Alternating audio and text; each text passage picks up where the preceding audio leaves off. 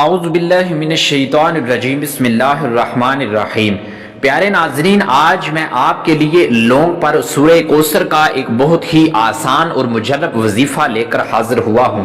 پیارے دوستو، یہ ایک ایسا وظیفہ ہے کہ اس کو چھوٹے بچے تو کیا ان پڑھ لوگ بھی کر سکتے ہیں، لہٰذا آپ نے اس وظیفے کو چھوڑنا نہیں ہے، اس ویڈیو کو مکمل آخر تک دیکھنا ہے تاکہ آپ کو اس وظیفے کا طریقہ کار سمجھ میں آ سکے۔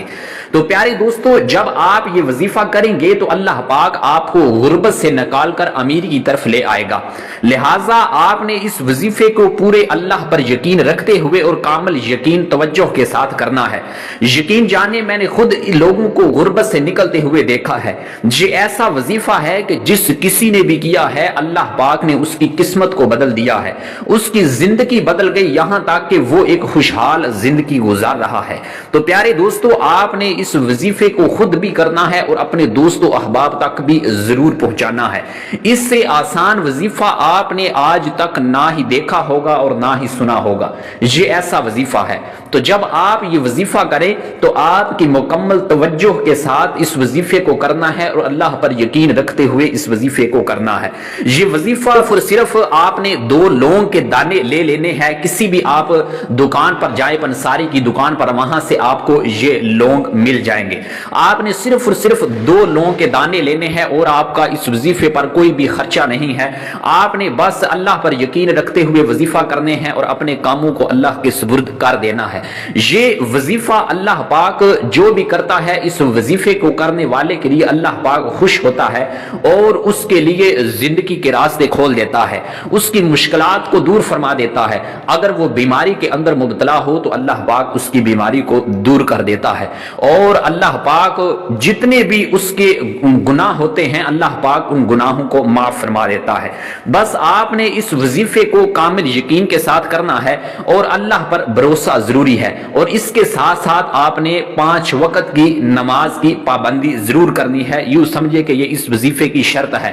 اور دوسری بات، اس وظیفے کے ساتھ ساتھ آپ نے استغفار بھی لازمی کرنا ہے، کیونکہ جو استغفار ہے یہ گناہوں کو معاف فرما دیتا ہے۔ جتنے بھی صغیرہ گناہ ہوتے ہیں، اللہ پاک استغفار کی وجہ سے ان گناہوں کو معاف فرما دیتا ہے۔ تو آئیے بلا تاخیر اپنے وظیفے کی جانب بڑھتے ہیں۔ تو جب آپ 2 دانے لونگ کے لے لیں تو آپ ان 2 دانوں کو سیدھے ہاتھ کی مٹھی میں لے کر اپنی مٹھی کو، اپنے ہاتھ کو بند کر دیں۔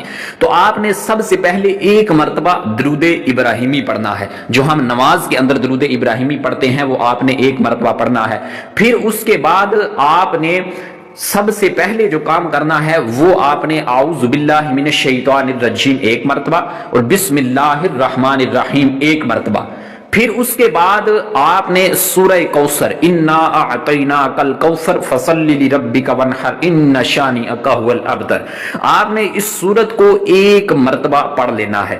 پھر آخر کے اندر آپ نے 7 مرتبہ یا ربنا یا ربنا یا ربنا اس کو پڑھنا ہے، اور آخر کے اندر وہی درود پاک، درود ابراہیمی جو آپ نے وظیفہ شروع کرنے سے پہلے پڑھا تھا، وہی درود پاک آخر کے اندر پڑھنا ہے۔ جب آپ کا وظیفہ مکمل ہو جائے تو آپ اپنی جو آپ نے مٹھی بند کی ہوئی ہے اس مٹھی کو کھول کر ان 2 لونگ کے دانوں پر آپ پھونک مار دیں۔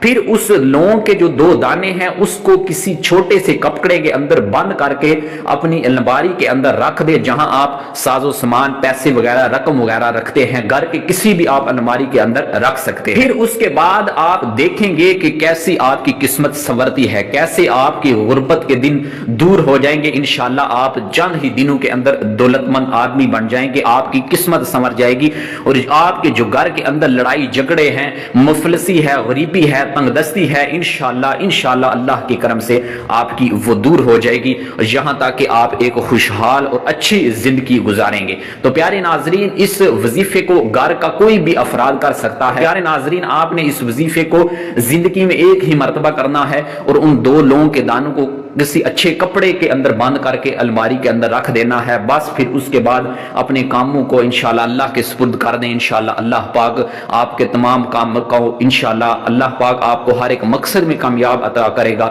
اور اس کے بعد آپ کی جو دولت ہے، دولت کی کمی کو دور کرے گا، رزق کی بارش برسے گی۔